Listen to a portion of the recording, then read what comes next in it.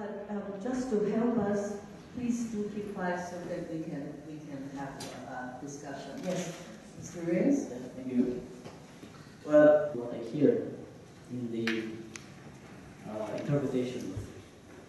Well, I can understand our friend here who responded that you need to have a interpretation equipment. Well, he prefers to speak in Chinese.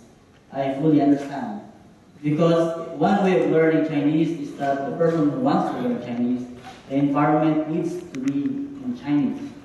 But we must bear in mind that we did not, my child, for her, I don't speak Cantonese, I don't read Chinese.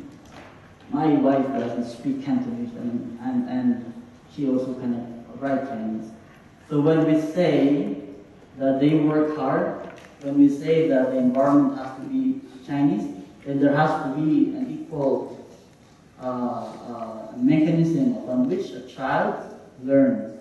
So I appreciate these tools for admitting ethnic minorities, but admitting ethnic minorities itself does not really speak very well if the school, how they teach, is not conscious as to the need. I tell you frankly, my daughter, the teacher and the principal, thinks of my daughter as just equal to anybody. And that's where the problem comes. Like in the same way that you prefer to speak, I don't condemn, but I'm just citing an example, a very clear example. When you speak Chinese, then you prefer to work on that language. But we have to bear in mind that us parents who wants to get involved. I see your name card very well. You are the very person I'm looking for. I saw your submission. Right, so I'd like Mr. Chura, is that the way to read your name? Please help me. Thank you very much. The way He's teaching 5 NCS students the tailor-made Chinese language in this school. But he also said that he's preparing the ultimate aim of teaching Chinese to those NCS students is to prepare them for the DAC examination. And I don't see any point here teaching Chinese as a second language for DAC examination. DAC examination is already there. So those students who are actually going to Chinese medium schools or preparing for the current DAC examination, I don't see any point that we need Chinese as a second language for DAC examination. Yes, that's my question. Okay. You actually think that if Unison is totally misguided to support Chinese as a second language? You say no. I think my point is that first of all, this whole topic, Chinese as a second language, is shown to be relevant here only for the ethnic minorities, and I don't know why. Because Chinese as a second language should be programmed for anybody. For anybody. It doesn't have to be only for ethnic minorities. That's a very, very interesting and then there are a lot of discourses and so many dramas we have seen here. They only show ethnic minority people. And I don't see any point here. This can be a very broad general framework. We don't have to particularly actually target ethnic minorities here. Okay, we are lucky. Hong Kong is lucky that we have ethnic minorities here, and they can be the subjects for experiment. I think that's what is happening now. You are absolutely right that Unison has been struggling with these terms. We don't like the standard terms, for example, non-Chinese speaking students, because they're Chinese speaking. Many ethnic minority students speak Chinese, it's only that they don't write it. So that's not an ideal term. And to focus on ethnic minority also is smaller than Chinese as a second language. If Hong Kong can develop a way of effective teaching Chinese as a second language, I think that would be a great achievement. But can I call you Chura? Yeah. Chura, when I read your response, I think that there is something that you emphasize, which I would invite you to share with other people in this room, which is your idea that it is not the language alone which is important, but to develop a kind of cultural sensitivity. Can you explain a little bit of that? Before that, I would like to tell my background. Yes. I've been living in Hong Kong for the last 17 years. but I cannot speak Chinese that well. I mean Cantonese. Chinese is very confusing for me. It may not be confusing for you, but it is very confusing for me because I have made so many friends in Hong Kong speaking different Chinese languages. I cannot speak Chinese that much, but I've been living here for the last 17 years. I've been working here. Now I'm doing research on the education of ethnic minority students. And before that, I used to work in primary school, teaching Chinese students and non-Chinese students. I could say, whatever term you prefer, ethnic minority students, or South Asian students, what we see from the policy document this year. And I also was engaged in teaching English to Chinese students in secondary schools for about many years, 5 or 7 years. And my experience is that when I saw all those reports and all those discourses in local Hong Kong, newspapers and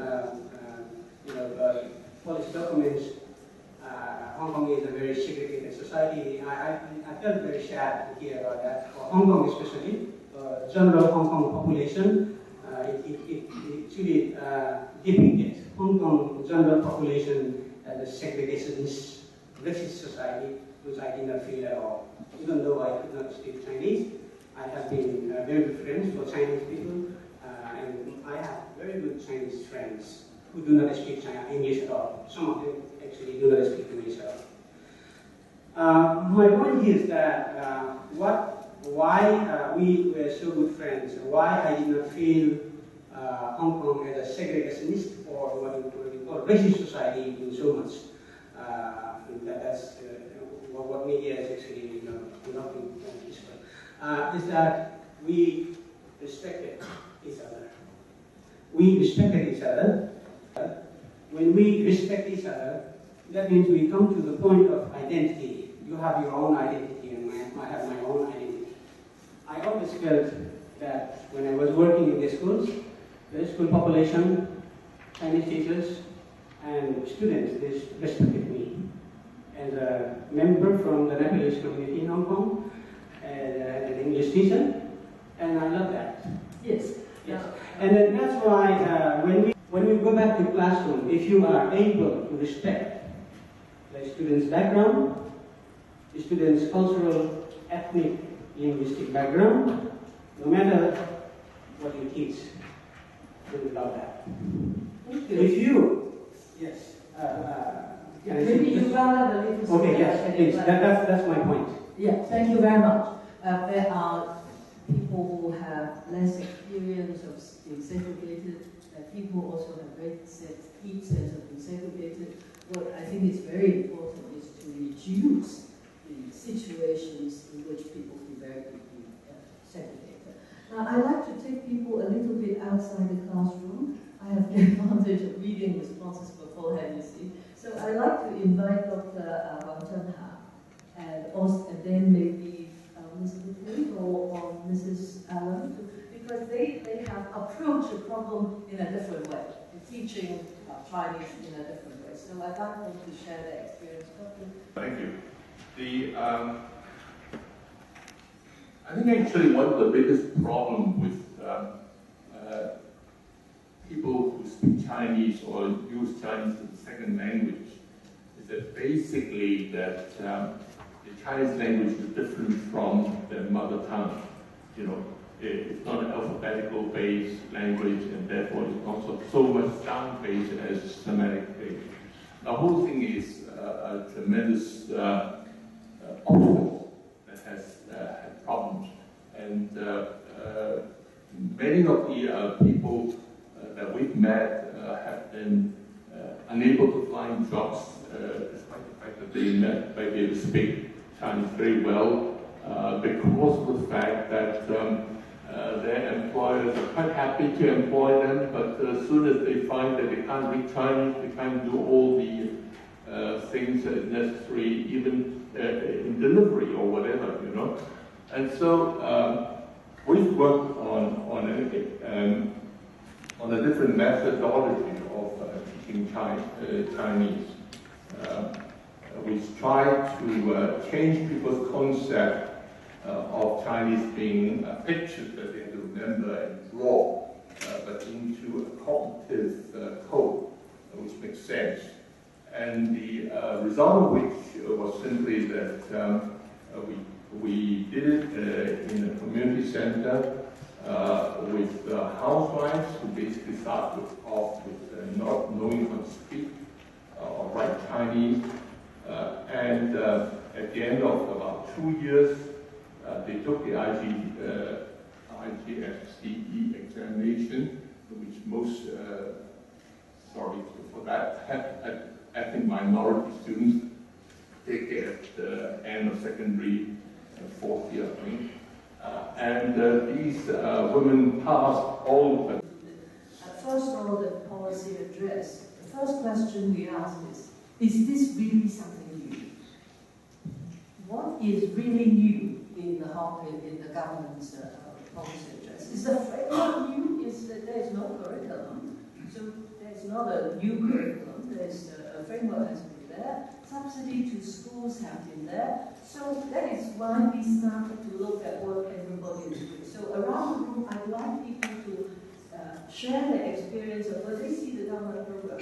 What do they identify as really new in a practical sense? Would someone like to contribute? Language curriculum, a sham, is a deception. There's nothing new there. That is my position. Can you explain that? Why? Because the actual make it quite difficult for me because we can hear it. Now, why I think it's a sham curriculum? At first I was very happy because in the past, Chinese as a second language curriculum this term never happened, appeared in the government papers. And now, but when I really come to look at it, I was so shocked. It's only a learning framework with no publicly recognized assessment. All we are talking about is how you make life better for those people. And now you plan all the things and you claim that you want to do all the things that is good for them to learn the language, but eventually it's not something to be recognized. So I call it a deception. And I think I can see that this is a much supported idea. power is not shared. Ideas are not communicated. How can we broaden our understanding? I have limited understanding. Everybody has. So we are actually forcing something on other people.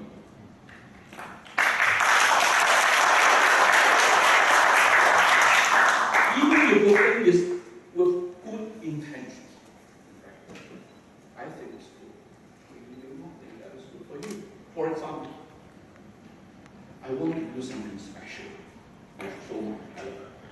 And you help me out and help me to do something and focus on something that no matter how hard I try, I will be inferior.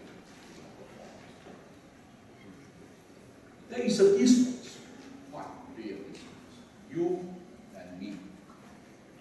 Actually, I think more we should have done. Us.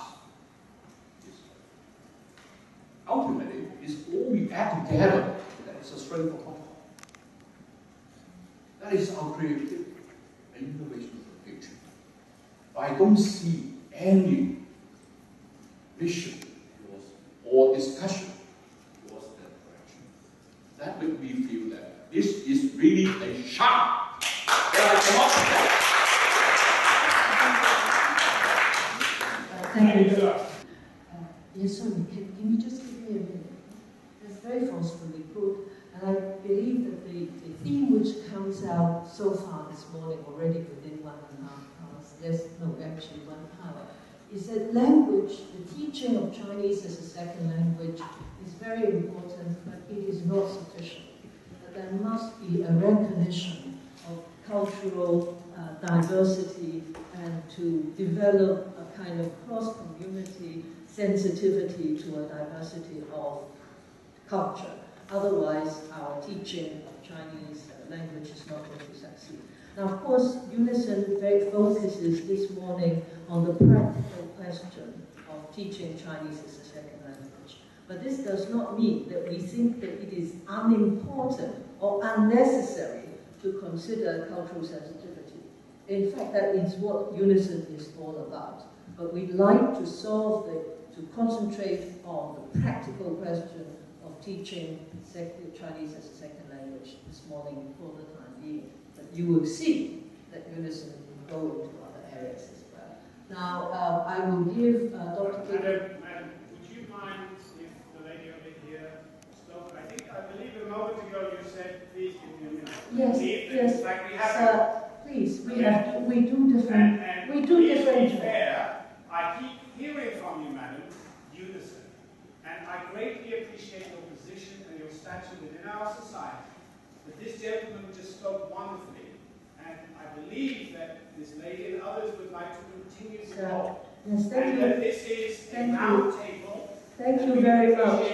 Thank you very much. And this lady, I will call on her in a minute, but just before that, I have, because the government also has sent people to participate, when there are people who say that there's nothing new in this curriculum or in this policy initiative, I'd like to give Dr. Kiki Chan a minute to reply before calling on the lady. Okay? Dr. Kiki Chan? Thank you, Chair Lady, and thank you all the friends and ladies and gentlemen here. I must say that the policy initiative of 2014 is set against the backdrop of two broad visions that is widely just shared in this room. Firstly, is full integration of our non-Chinese speaking students, or some people call it ethnic minorities in the local communities. Second is high aspiration, high expectations of our non-Chinese speaking students in our education system and add value, to life and to live in Hong Kong. So what is new here is that the full name of the second language learning framework is a Chinese language curriculum second language framework, with a view to help these students to move or migrate into the mainstream curriculum without forgetting that they are non-Chinese speakers. So we have a set of supporting materials, like examples, like learning and teaching material and assessment tools to help these students to learn when they're very small and learn progressively, so that if, as far as possible, to migrate to the local classroom. Why there's no corresponding examination? Because on the one hand, we don't want to have an easier examination to lower the expectations. We know that in our past experience, when we have the syllabus A and B of English, the easiest syllabus may not be widely received. On the other hand, we are also well aware that some students may not be able to, for different reasons, say because of immigration, because of different situations, then assessment or examination. So we have another innovation which is called Applied Learning Chinese. Why we call it not the language syllabus? Because Applied Learning is already pretty internationally well recognized in our Hong Kong Diploma of Secondary Education. Second is that we deliberately packed the design of this curriculum to another qualification framework in Hong Kong, which is also widely recognized by employers. There's a set of competencies on the one hand that are already embedded in our mainstream curriculum. On the other hand, if this applied learning Chinese is developed, they're studied, and then they were immediately recognized by employers on the one hand. And we have worked very hard already with post-secondary institutions and tertiary institutions. Actually, at the moment, when this is announced in the public, in the policy address, some universities already want to recognize it, because we know that in other subjects, how Chinese language is already used. We actually see very vivid examples that they're already using level 2. You have 2. So if we put in a little bit more effort, we can pull them to 3. C. and have the pathways. We try to be as flexible as possible. We all understand this is a very incremental and developmental process. And then we'll keep reviewing whether this applied learning Chinese would help as the in the middle of the long continuum of different qualifications from the easiest international qualifications to the mainstream Hong Kong BSc. So thank you. Thank you very much. And now, Mrs. Lai, I think I read your name right. I'm the principal of Pedagogy Central Primary School, and we are traditionally admitted non-Chinese students since 2002. So, do you mind I use my mother language, Chinese, go ahead to interpret, right? 我喺呢個會度咧，我好多謝主席同埋好多即係有關嘅人士咧能夠參與。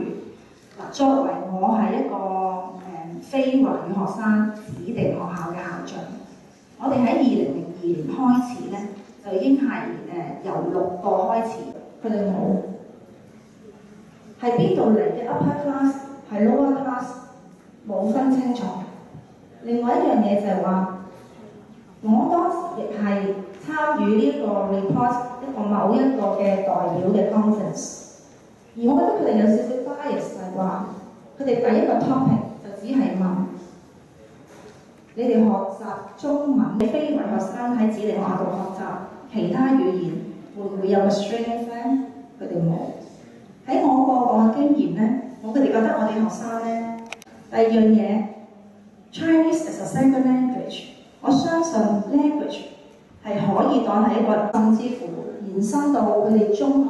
要面對啲 liberal studies， 有一啲英文嘅中學，我哋仍然係問佢：你哋嘅 liberal studies 係用中文定英文？佢哋話好擔心學生。I think you have voiced also what I'm most interested in is that you have put forward information of your own experience, which you say is missing from our brief. Actually, this is the front line as well. Unison or EOC did not approach our school. Did they approach? Can they say we are the failure school, we are going to closing down? So that's why the school should not be here. Never mind the past for the time being. Mrs. Lam, may I make a request? You know, the information that you have just given us, do you mind following up with any written material that you can? It's already shown about the 2011 EOC reports.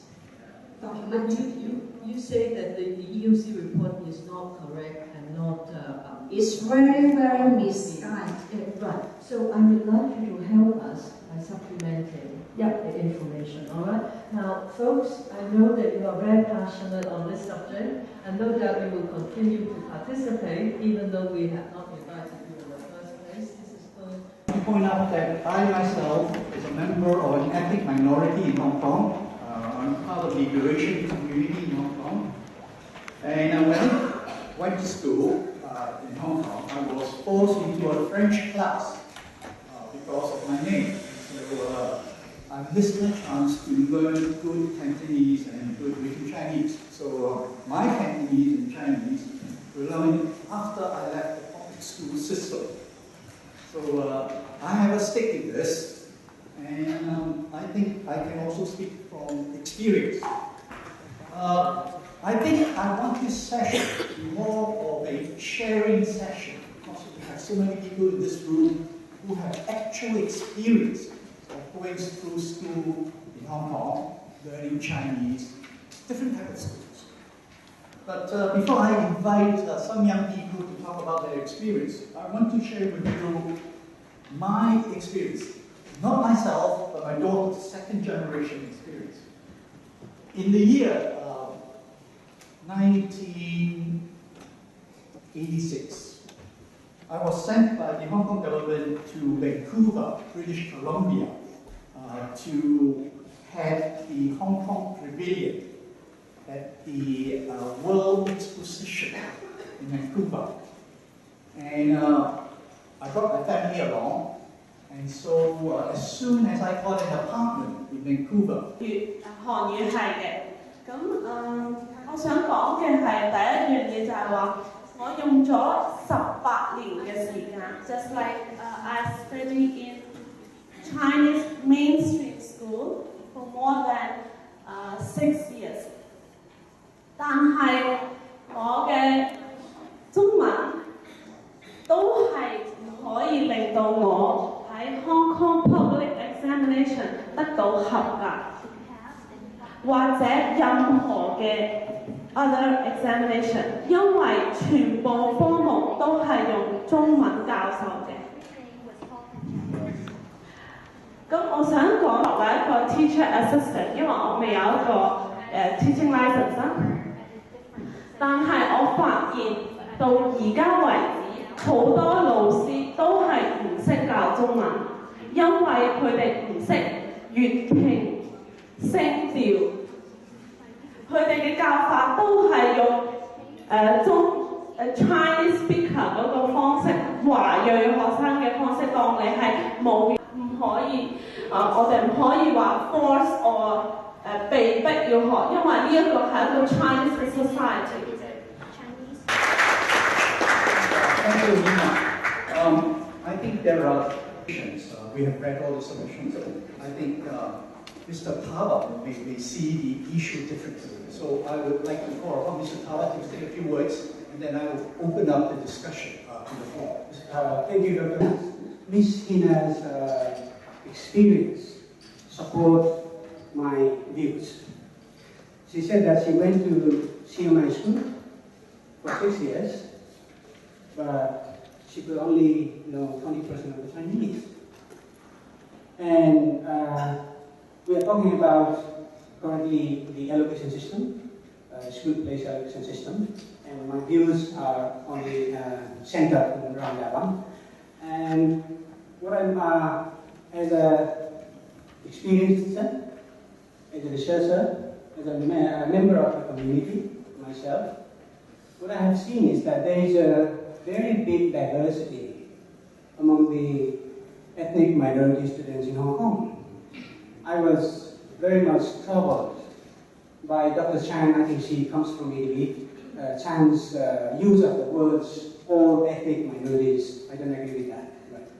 So my point is that the government actually now is trying to force the ethnic minority students to go to mainstream Chinese schools, or so-called preparing them to migrate them to CMI schools, which doesn't work, as Ms. Hina has already mentioned.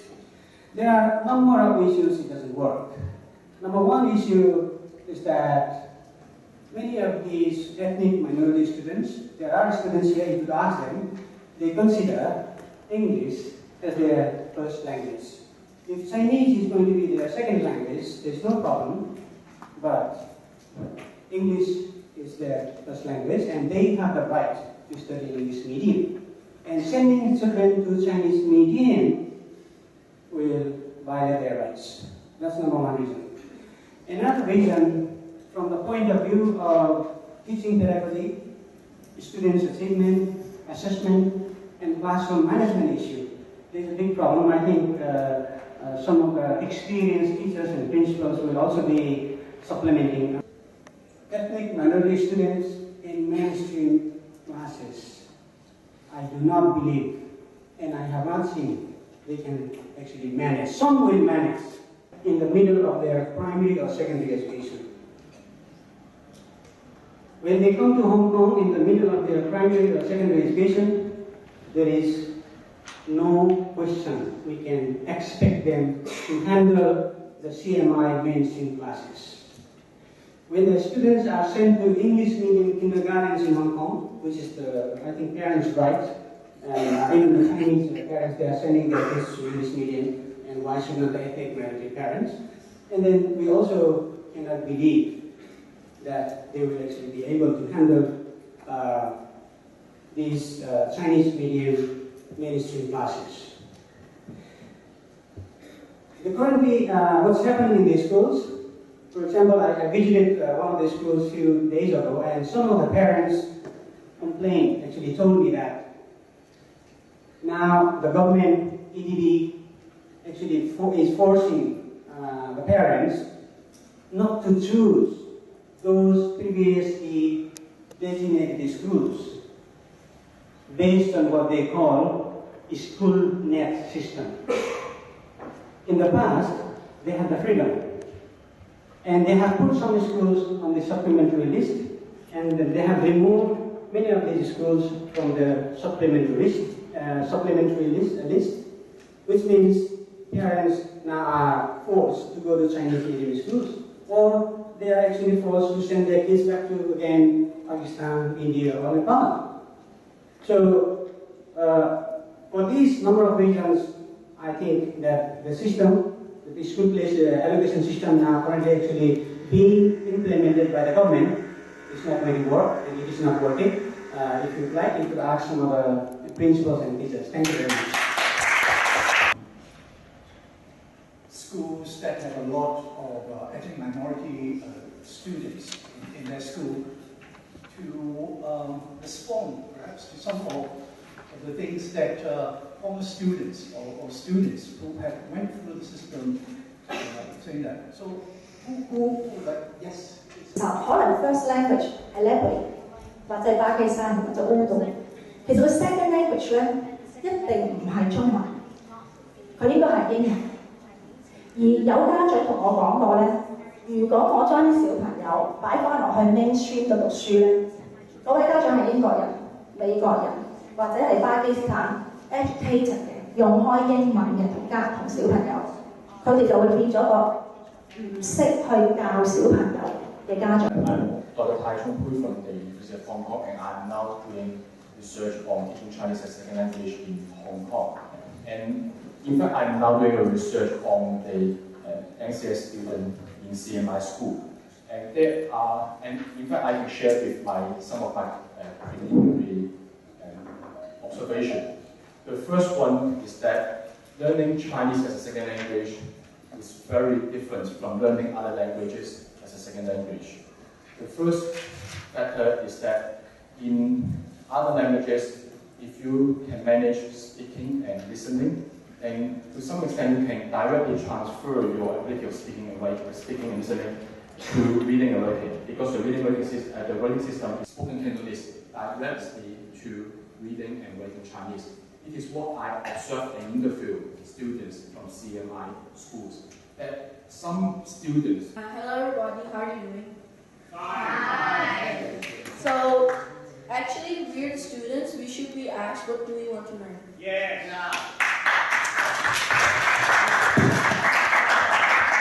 I have personal experience. Like, I studied in prestige primary schools, like those private. Like, I didn't learn Chinese until primary 5. And in primary 5, I didn't learn basic characters. In the beginning of primary 5, I just started reading textbooks, and now I'm informed. And then after primary 6, I went into prestige schools, those really good schools. And then they said they're EMI, but in Form 1, they just taught me Chinese once a week, that's it. And then they also use those local books, I had no idea.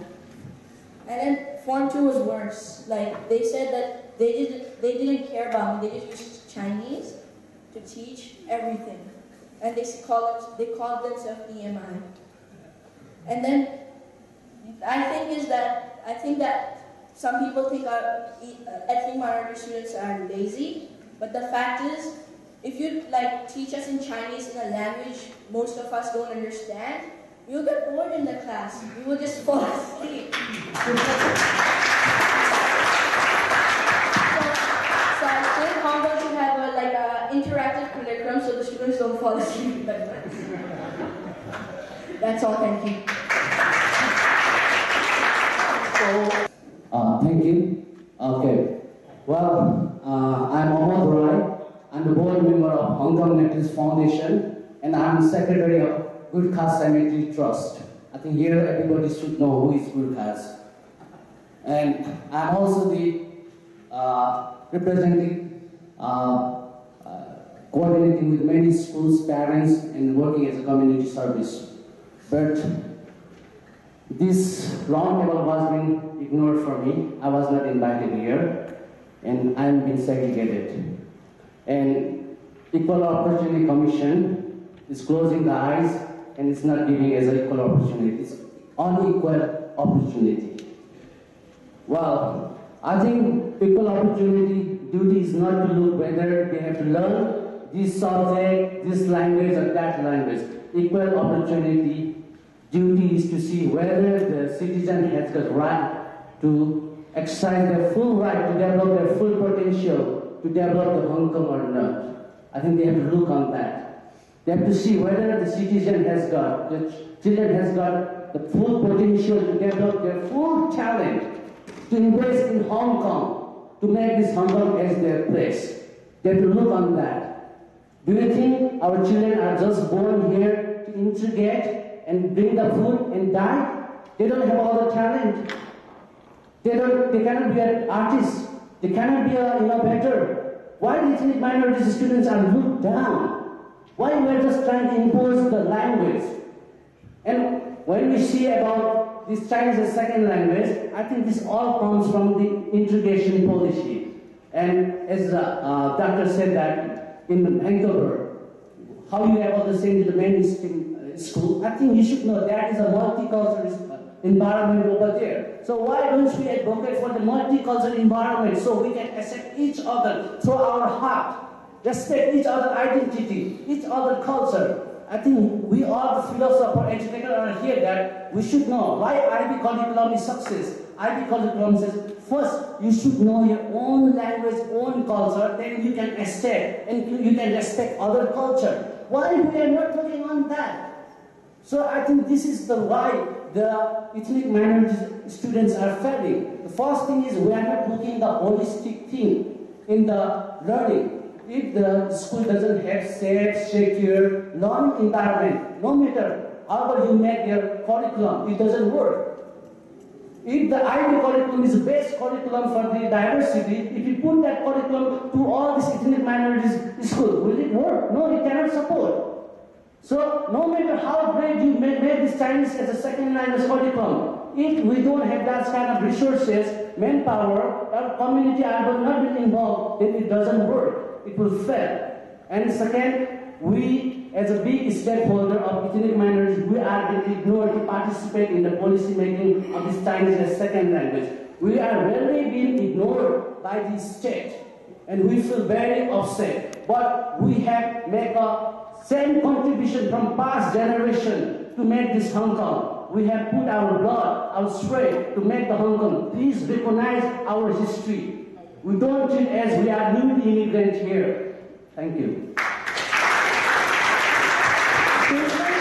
Hello. Excuse me. Can I please have a word? I think this is the main point. Give the floor to Education Bureau. We can give our time to. I think it's 3 to 4 minutes because we are already overrunning. Okay. We do see the mirrors in sending NCS students to CNY schools because those schools have an immersed Chinese language environment, which we believe will facilitate NCS students' learning of Chinese. That's why we have been encouraging and appealing NCS parents, but not forcing NCS parents to send their children. Classmate, she voiced out her opinions, but her voice was rejected by you. You just focus on ATP. I know it's not wrong to focus on ATP's voice, but I think you should have an answer. You should clarify her doubts. If you're ignoring her voice, we are the people whom you guys are working for. Why you guys are underestimating our voice? We are not being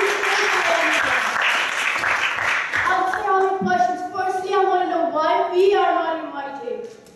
If you guys are the teachers, if you guys are from EDP, I respect you. But we are the students for whom you guys are working. Teachers know how to teach, but do they really know, do we understand that or not?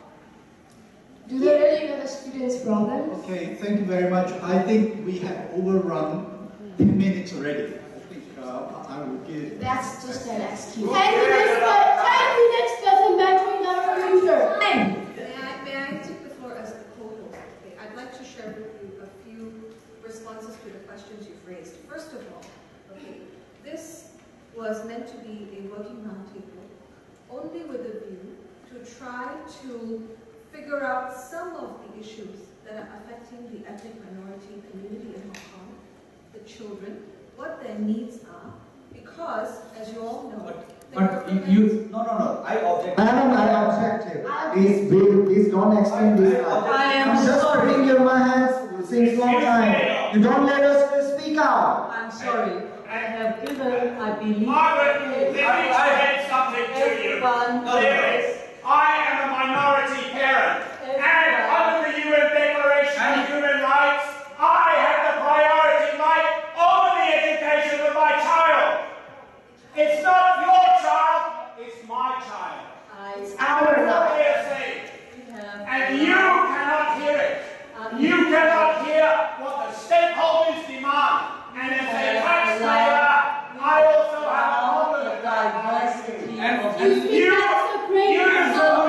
represent the minorities in Hong Kong. You please give me 1 minute to somehow I want to. If our friends are not prepared to accept order in this room, then we must rethink how this seminar is going to be. Absolutely. Okay, just let us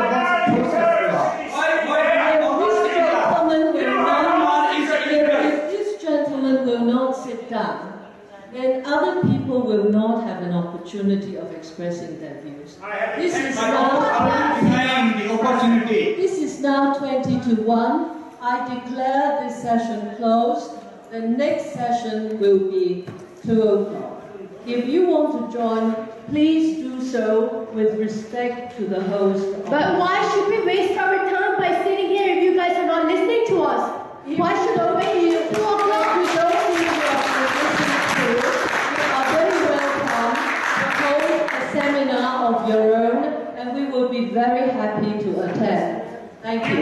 But please don't hold seminar on our behalf. Do not hold seminar on our behalf. Stop playing with our future, represent us. first of all. This seminar is Don't be ignorant. Do not represent us. It's our life. Our viewpoint on your behalf. Don't destroy our life. So that school can cater to their problems by themselves. But it is not the problem of money. I think firstly we need a curriculum, the first step, but some more things that we need to do other than curriculum. After that, we need to develop learning materials for different levels. So I found that they have a very big diversity. That means some students, they may be able to take the local curriculum, but not for sure, not for all. So it is a must to set up a second language curriculum for non-Chinese speaking students. And then, in such case, because the population is too small. Okay. Who is the expertise for the Chinese as second language? I want to know. Expertise to make this program Chinese as a second language. Who are the expertise? You mean for teaching or? Yeah, this whole program, curriculum. That's what we're asking the government. The same question. Who are the experts there? Now we are just putting this head to the government. I don't want to just blaming this. These are being treated bad. Okay? We shouldn't be fooled around to the government. I think UNICEF is also want to enforce this policy to the government, Chinese as a second language. I think we ethnic minorities has a problem to find the Chinese as a second language. And I already mentioned before, if the school doesn't have learning and teaching environment, if the students don't feel safe, love, this kind of thing, and how they will learn this Chinese as a second language? Why we are not looking at the holistic development of the education policy? The problem is day to day, students are denied to go to school. Physically, mentally, they are being dropped out from the classroom. So why we are not looking on this sense? Do you think this Chinese as a second language will solve all this problem? In back to my community, if I sit back, more than 50% of students are dropped out. They get into drugs, abuse, they get into violence. Right? Well, have you think about their feeling? Can Chinese as a second language address their life?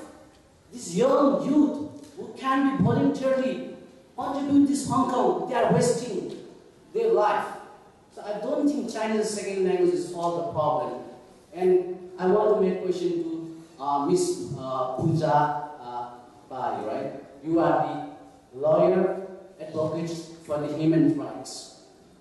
The fundamental right for ethnic minorities, they have the right to learn their mother language, their culture, their religion practice. But why you are advocating for the Chinese second language?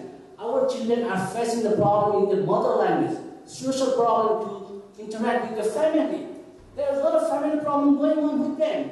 So why just, first they cannot make the life in their family, they have a lot of chaos, conflict there. And why we are not fundamentally advocating for our mother language? Why we are looking at treating it as an ethnic minorities? Why our language is not the local language? Cantonese is also imported language. There are the exponents, they have mentioned. Cantonese was brought here. It's not originally developed in this way. So our language should also be recognized as the local language, and we are entitled. Thank you.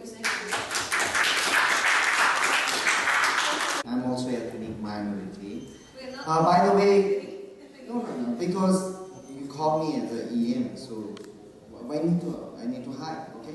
No. My name is Devraz Rai, and I'm working for a school, and at the same time, I'm a radio programmer, program producer. I have my own online radio as well, and I'm trying to educate my people, my friends, my community. My father, my grandfather, they spent their productive life to build Hong Kong. That's why I love Hong Kong.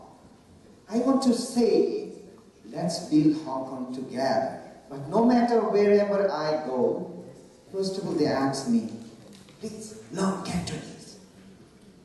I'm living my life, not because it's only for Cantonese. I love Cantonese, you know. These days, every day when I go to people, go to talk with the different people, I will ask them, I will encourage them to learn Cantonese. But Cantonese is our CSL. Now we are talking about Chinese language as a second language. It is not the magic sword you can, eliminate all the problems. The main problem is identity crisis stage, ethnic minorities. I'm having such an identity crisis stage. I just let me clear something. First of all, if you go to classroom, the perception problem, your teachers make the mindset that, oh, this is the EM. The EM means anxious. Anxious means already naughty. You have a negative perception. You can't teach your children. The second thing is, what he mentioned about the Bill of Rights of Article 23, and maybe you are the lawyer and everybody knows all about this one. But if you go to check the textbooks, your teaching materials, have you ever read any single paragraph all about the ethnic minorities' contribution to make this Hong Kong better in this situation? There's no any single character mentioned all about the ethnic minorities. There is some non-Chinese people. If you check movies, I'm the villain character in the movies. If you go to other places, you treat me just EM, but not the Hong Kongers. I can't go away from Hong Kong because Hong Kong is my home. So in this case, my meaning is, please, before you set some, like we are talking about the CSL, I also want to make a question, why it comes up? Why it comes up? Many teachers, they are teaching more than 10 years, 5 years to 10 years to those non-Chinese students. Yeah, maybe some curriculum problem, maybe some framework problem, but they are experienced now to teach them. The people are adapting all the Hong Kong culture and everything. But now, maybe we are doing some business for ethnic minorities. We are not going to grassroots level, what they are facing every day-to-day life. So please suggest, I don't want to just only blame ETB, but I also want to ask those NGOs, please go to grassroots level and ask them individual. Individuals have their own dignity, own identity, so I suggest just Chinese is not the one problem. There's many problems. I just want to make a few points. I met 24 Nepalese students past HKDs last year. I met them personally and checked their result. Chinese is not the problem. Mathematics is the real problem facing now. Mathematics is the real problem. So now, maybe please, okay, maybe let's enjoy 10 years more for CSL, but and after 10 years, you can see all the reasons. I want $200 million. Oh, I want $200 million. But money does not work. Thank you. Thank you. The gentleman in front. Here. This is about you. It's about you. I'm an old man. It's about you. You are precious. You are the future. We must love you. We must nurture you. We must protect you as adults. They can't understand their identity because, frankly, we adults do not understand our own identity. That's part of the problem. Each of them is an individual. All I've heard all this time, I'm sure that I am a very ignorant man in many ways, but all I have heard is the use of a cookie cruncher to mass produce cookies. They are not cookies, they are humane beings with a God-given right to be on this planet, with legal rights as children, as human beings. We have to respect them, we have to listen to them. And for me to hear what they have to say today is wonderful. Because frankly, in many ways, they have taught us a very important lesson. We actually have to listen to them. So to all the children here, thank you.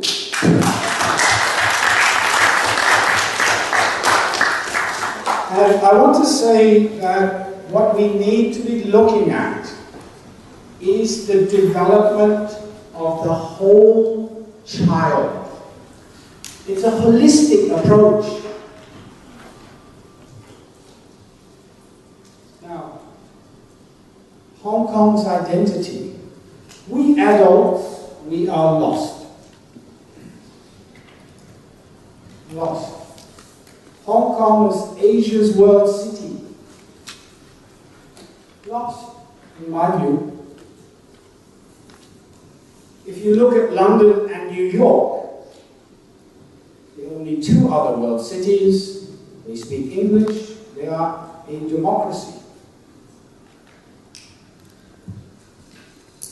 We don't know our identity, but yet we are still struggling on. Maybe the identity is that we have to communicate and cooperate to find it together, to find the answer together. I look around and I see that there are so many vested interests, even sitting in this room. Even sitting in this room, there are so many vested interests. We have a process problem.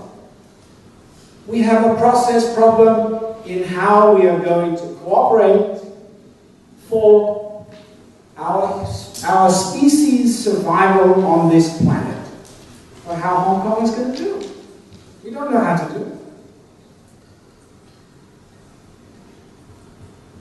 Hong Kong University, I believe your medium of instruction, if I'm not mistaken, is English. Thank you.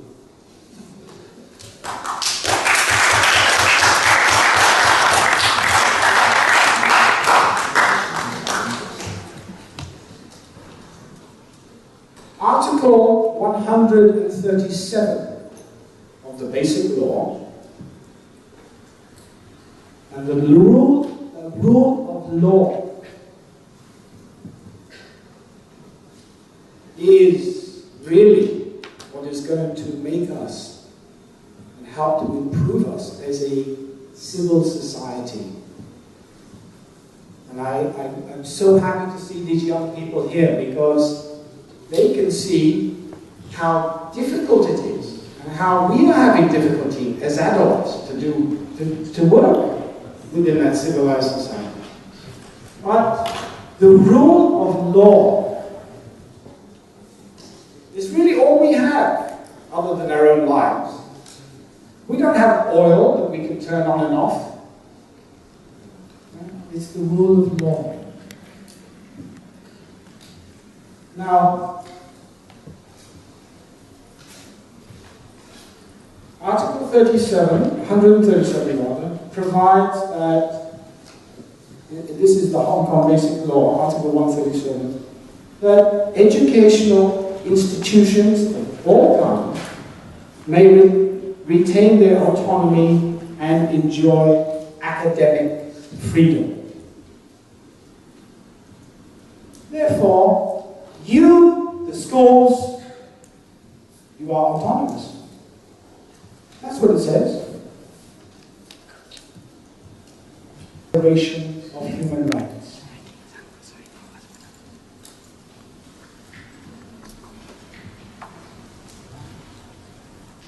Of course, I want that. That's my right. Very simple, I want that. Now, somehow or other, if you can bear with me a little bit, and I'll try and explain how it sort of fits together. But it's through our human rights that we can start to build our education system. Our education system. I'm not differentiating between Chinese and non-Chinese speakers, or anyone else. I'm just saying this is how we can build our education system. It must be based on the UN Declaration of Human Rights, basic law, and all other treaties and obligations and laws that Hong Kong has to abide by.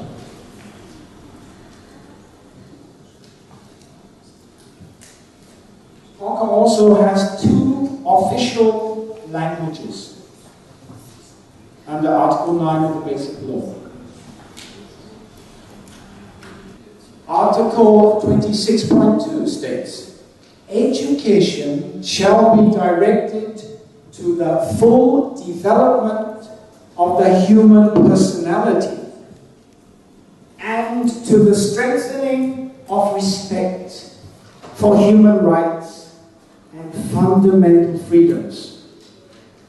It shall promote understanding, tolerance, and friendship among all nations, racial and religious groups, and shall further the activities of the United Nations for the maintenance of peace. Article 26.3 says, parents have the prior right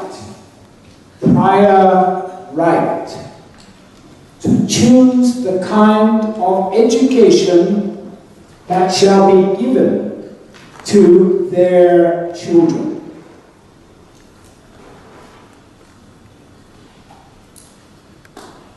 That minority parents, now I add a point, that minority parents, when choosing education in the HKSAR as a public service, have the prior right, and that in order for the parents to ensure the full development of the human personality of our children, we, minorities, demand that we are provided with a choice of the medium of instruction.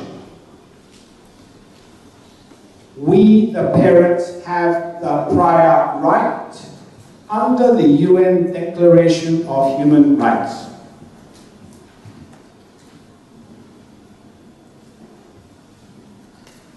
That Chinese for minorities students under EMI is another subject. That Chinese for minority students under EMI is one subject of a number of subjects. I hope I made that clear. That all of what I've said is actually supported by EDB's vision and their mission. And it has to be, because it is part of the UN Declaration of Human Rights. So I read for you the EDB's vision.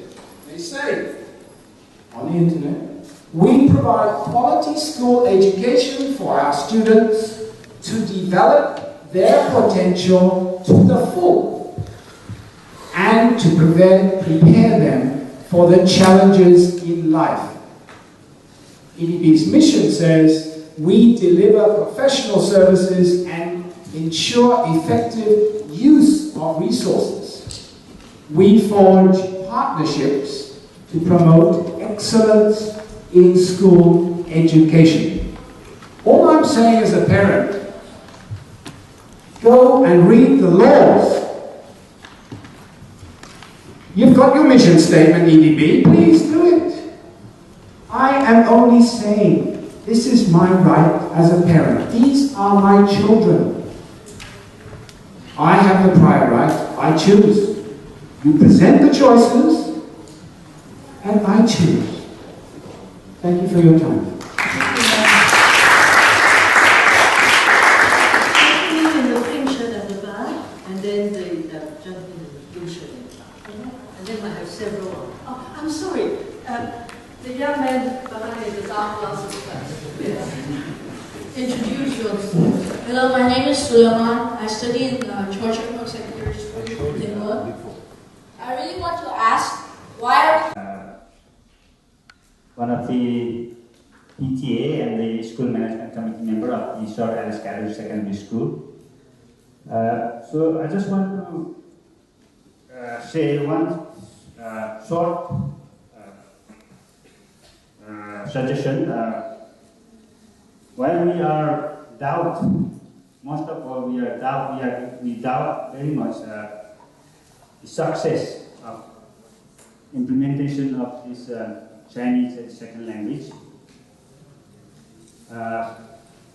In this regard, I just want to request to the government or EDB to ensure that our children's access to the higher education is government should have to provide preferential education system. So our children, at least they can enter into the higher education system. So as even in China, in Tibet, they implement this policy, preferential education system. That means they have a right, they will get at least higher education level than just tolerating to the downgrade citizens. So for sure, to protect our children in Hong Kong education system, this preferential education system should be implemented by the EDB or government. Thank you. Thank you very much. Okay, 1,000 students, and we are the largest non-Chinese government school. And in that school, if you look at it, until last year, Chinese was not a compulsory subject. But now this year, all of a sudden, where my son is in Form 4, it has come because he was taking French before that. Now this year, we are being told that it is a must, a compulsory for the students to take the Chinese when they are doing in Form 6. Of course, they have been given a choice to do GCSE, which is supposed to be an easier syllabus compared to the local Chinese people. But I feel that still that itself, it doesn't solve any problem, because the Chinese language is not an easy subject, as we all understand in this room. It's a very difficult characterization, and to impose such a big responsibility on a student in middle of their secondary school education, it is really, I would say, it was very wrong for EDB to introduce that. Okay.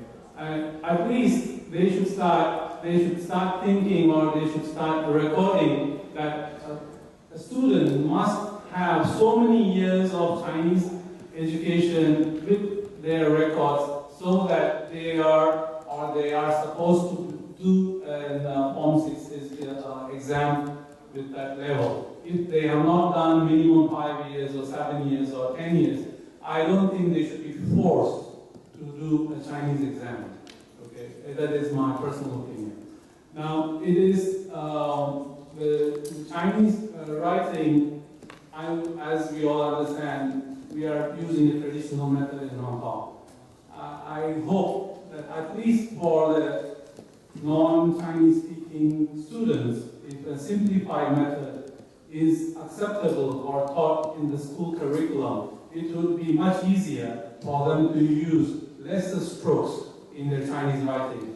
Because as in GCSE, there is already an exception or already acceptable for simplified Chinese to write an exam. Okay, so when that option is given, why a simplified Chinese is not being taught or not started, why we are not started that yet? I would really suggest that government should think about, or EDB should think about, using a simplified Chinese method for non-Chinese speaking students, because that's quite important. It will make life much more easier for all the students of that course. Because simplified Chinese, now today, even today, in both primary and in secondary schools, where my sons are going, the students in the same class, there are local Chinese students and non-Chinese speaking students are also there. So they are divided into two different groups when the Chinese lesson comes. So they have two different teachers to teach their Chinese level. So since this is being practiced, why can't it be practiced that local people, local students, or a well-qualified student can study in traditional Chinese, and then a non-Chinese speaking student can study in simplified method. So this is my request, that it should be referred back to the EDB, so that in another few years to come, at least the following generation or the following children will start to learn in simplified Chinese, if that is a must. Thank you very much. I work in an organization called Asian Human Rights Commission. Basically, I'm a human rights defender. So the issue is here, why my daughter likes her Putunghua teacher and her class more than the Chinese teacher in her school. And she is learning, performing well in Putunghua, better than Cantonese. So I'm asking this question to myself and also discussing it in our family.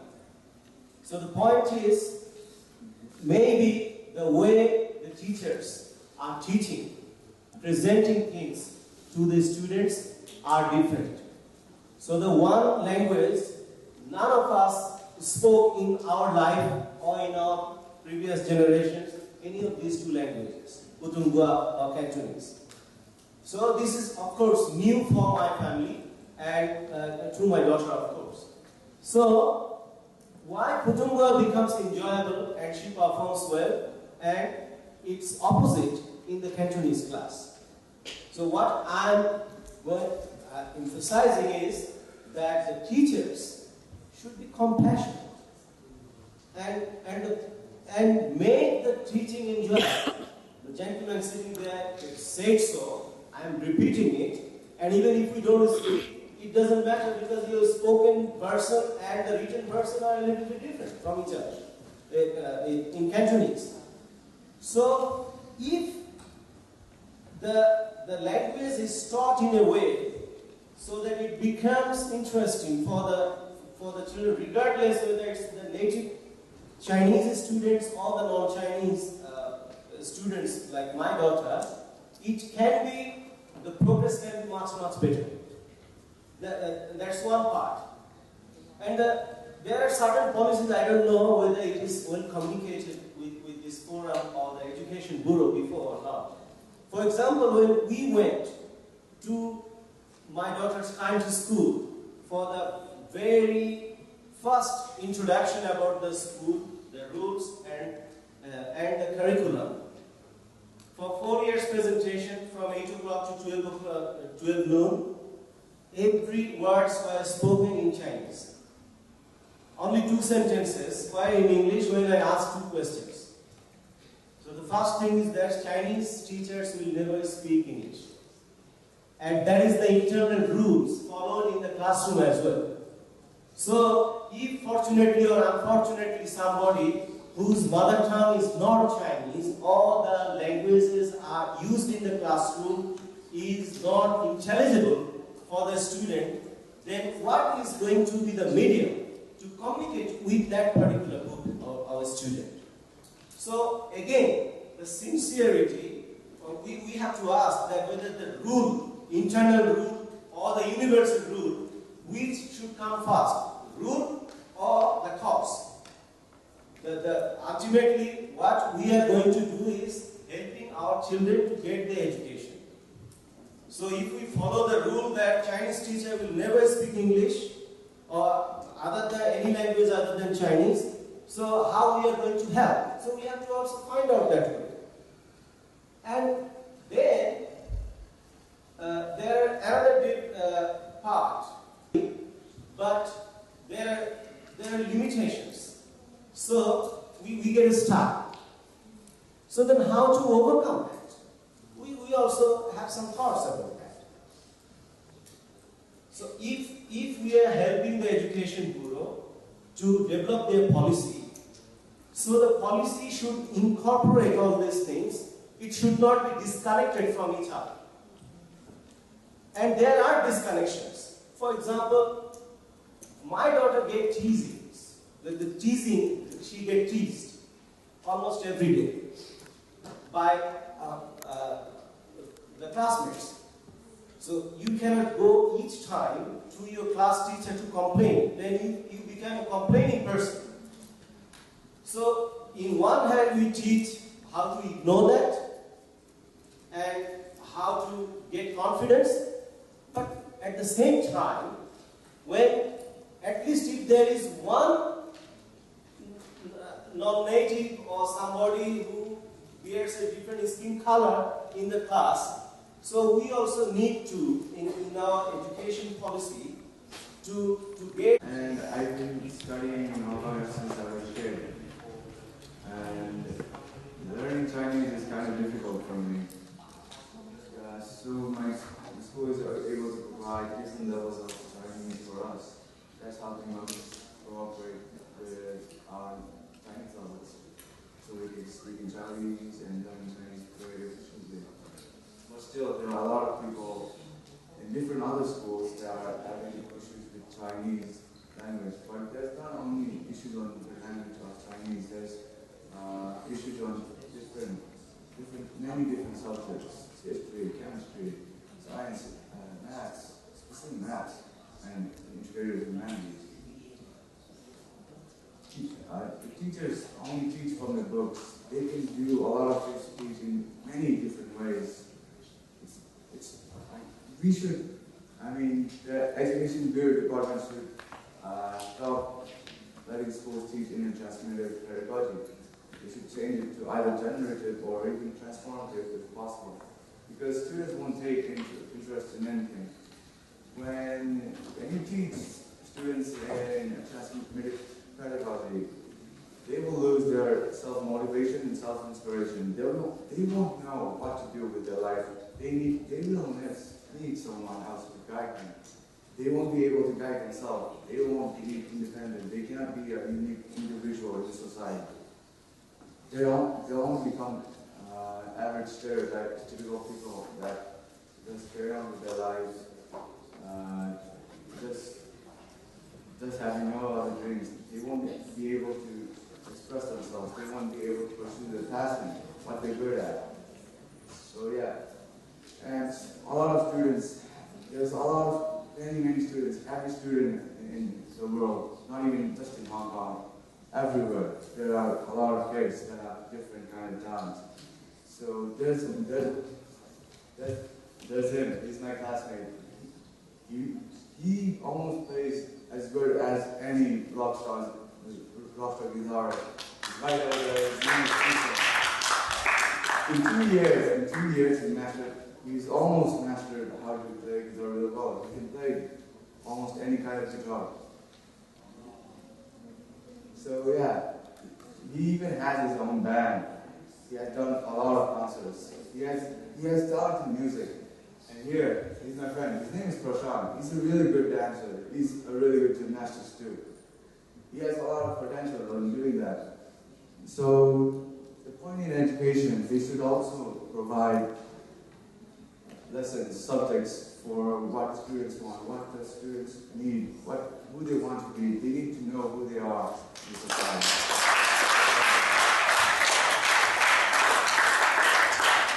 Thank you very much. Firstly, I would like to clear something that we came over here not to insult someone or not to disrespect someone. We came here to share our opinions, and we apologize if we have disrespect you guys or if we have That's very cool. Thank you very much. And then I want to share something. It's like I'm a secondary school student, and when I heard that you guys are putting $200 million on Chinese language, I don't have any problem with it. But do you know that your money is going in the trash? Like, if you guys spend those money on our education, we have no problem with it. We will love it. But just see, we are going to learn in the same way, with the same textbooks, with the same teachers. It's not going to affect on our study. And to be honest, I'm a student who is okay in Chinese. I can succeed in Chinese, but I'm lacking integrated humanities, which is in English. So will you say that I have a problem in English? No, I don't have the problem with the language. I have the problem with the subject. I have the problem with the way you guys are somehow, when we see something, we start, we get a stereotype of thinking. Yes, there are some students who are lacking Chinese and they are really good in other subjects, but more than that, there are many students who are okay in Chinese and they lack in other subjects. And in my school, mathematics is the biggest problem. To be honest, it's the biggest problem I ever passed by. And seriously saying, we really don't have any problem if you guys afford this much of money because they're not our money. We have no problem with it. But we are just trying to save your money. And especially just see, if you guys spend money this time, next time, our next generation, they will say that, oh, government has spent $200 million on Chinese, so Chinese is the biggest problem. They will have a thinking. They won't even focus on other subjects because they will be like, oh, Chinese is everything. We don't have any problem in learning Chinese. We respect the language a lot. We are nothing without language. We respect every language, and everyone should do. But there are ways of understanding it. You can't force someone to study Chinese. And if you guys want to afford money, do it. But please, have a well-trained teacher. The teacher with a lot of good skills. In teachers, I have came across many teachers, and the best teacher I have ever met is my English teacher. Although he's not my Chinese teacher, but still, I've learned a lot from him, and not just about English, about the world. Not from the textbooks, but from my surroundings. Textbook isn't everything, and sometimes it's good if you see outside the world. And yes, I hope that my words are really affecting on you, and you will make a good decision for our life. Thank you. Thank you. My neighbors, my name is Carol, and then I'm a second year student. Like my classmates say, as far we have a English teacher who showed us how to know the world and how to speak in front of other people and how to solve our problems. So that today, you guys was Chinese as a second language. But I just want to point that Chinese is not our second language. It's our third language, to be honest. And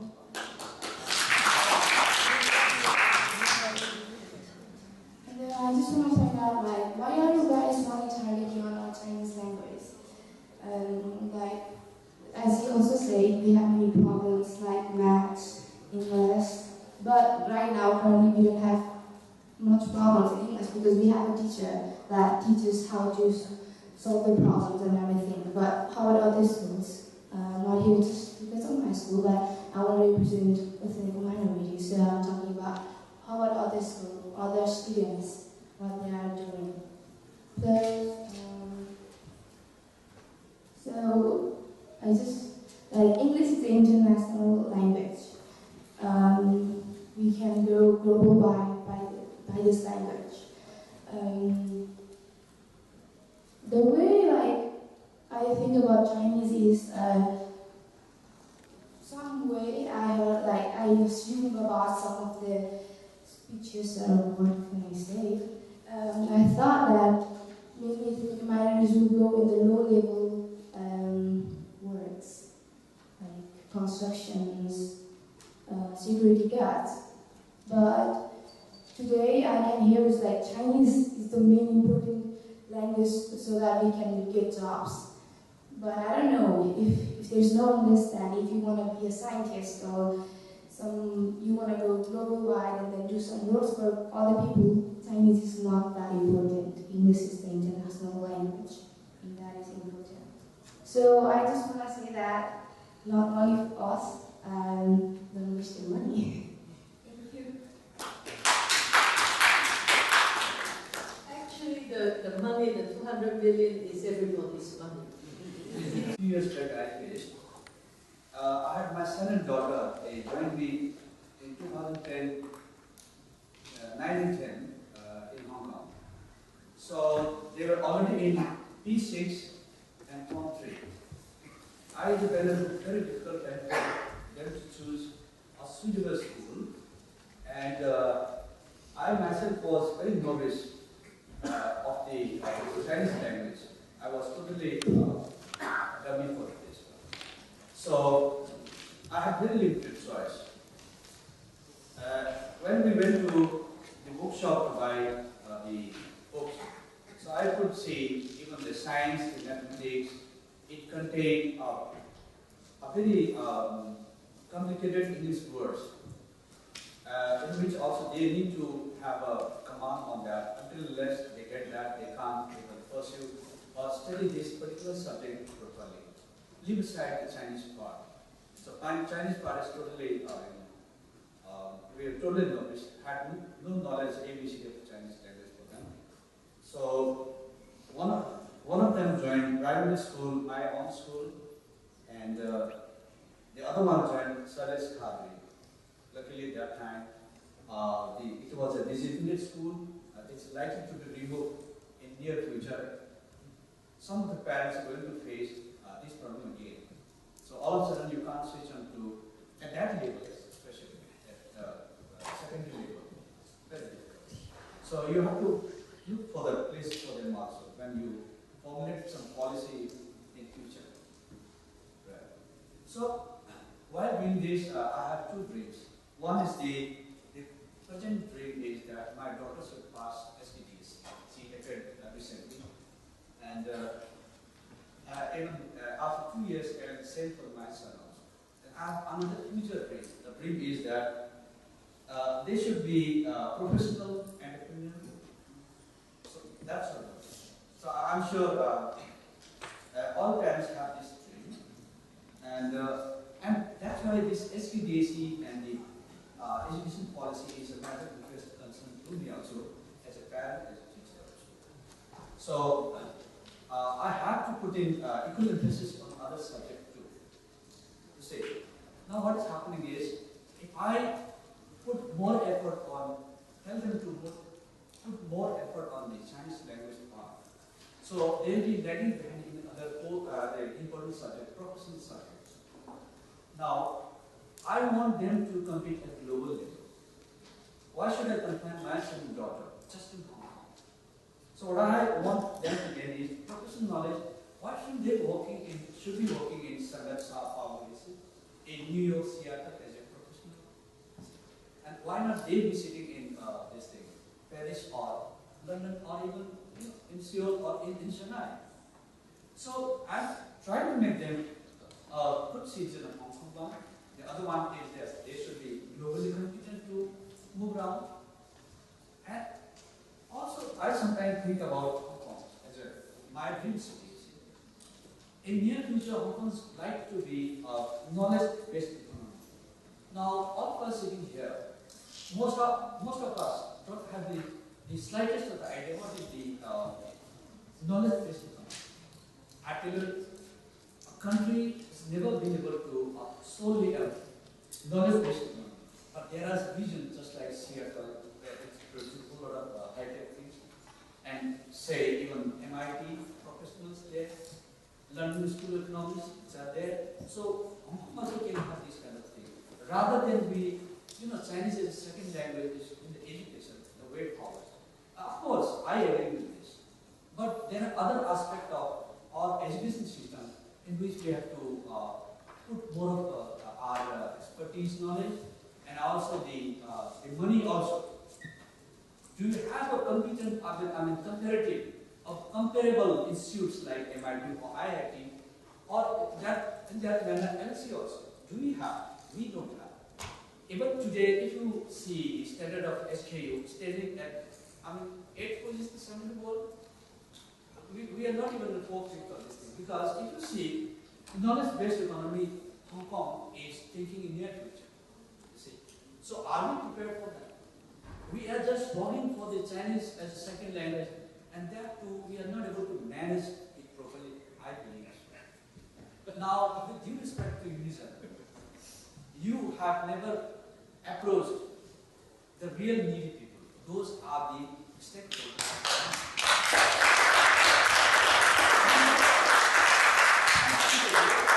Today you are holding this seminar or roundtable conference. You see, there's so many points to come up.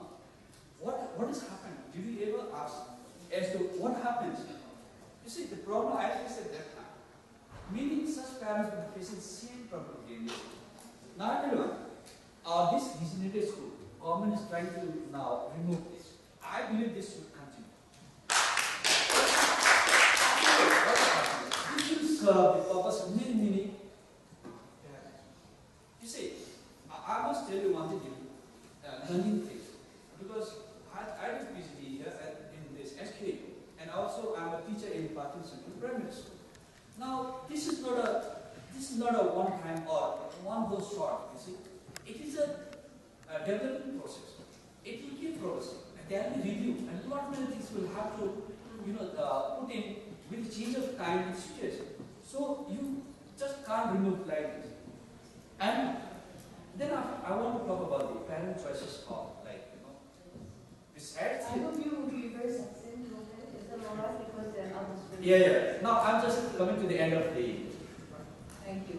Parents should have the flexibility in choosing the primary school, secondary school also, and also have the right to choose the right school for their according to the need. You must put across this viewpoint to the government if you're interacting with them on our behalf. Yeah. And also one more last point. The entrance to the university, the JUPA system is not really suitable for us. There, when you are aggregating the merit marks for this, then you are considering the Chinese language as a part of that. Okay. So what is the way out is that you please, or you have quota for us. I think in mind, you, as per the percentage of the population, you can put quota for us. Why not? If a guy is okay in other subjects, he might as well can go to the biology department, physics department, or engineering department. Why should he be stopped? The one boy said, we have the talent. The talent being all confined, stop there. Let me have a multiple choice, multiple approach, and all this. So simplify. Try and look for the system where simplified, easy for accessibility. Many people can have approach to it, and of course prepare for the future, the future, where we can really be a global city. We can be a global citizen. Why should we be in Hong Kong? We should also go to you. Not only me, it's Chinese students also. So, thank you very much for giving me a chance. Thank you. I've been separated from Chinese students, and I still can't talk and write and understand Chinese, even though I've stayed here for like so many years.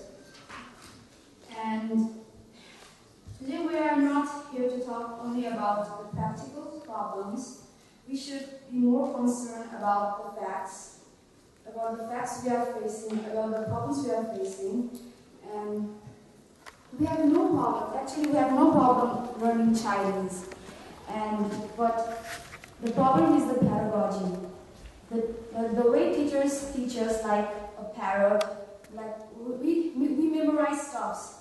We memorize stuff from textbooks, and we are like a robot, and we don't want that. And the other problem is our identity. You have lack of knowledge of our culture, and I have heard in the news that we students are lazy, but to be honest, we are not lazy. The way the teachers teach us are boring, and of course, because the way they teach us is they use transmission pedagogy for teaching us. Like they give us textbooks to read books and to memorize. So that is the problem. And that's why students get lazy during the class.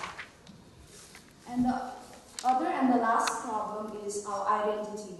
Our identity crisis. Like we are Hong Kongers, and we are even Gurkhas, and why we are not known by that? Why we are called ethnic minorities? Why aren't we called Gurkhas and Hong Kongers? Why is it so unfair? And that is why the problem is. Thank you very much.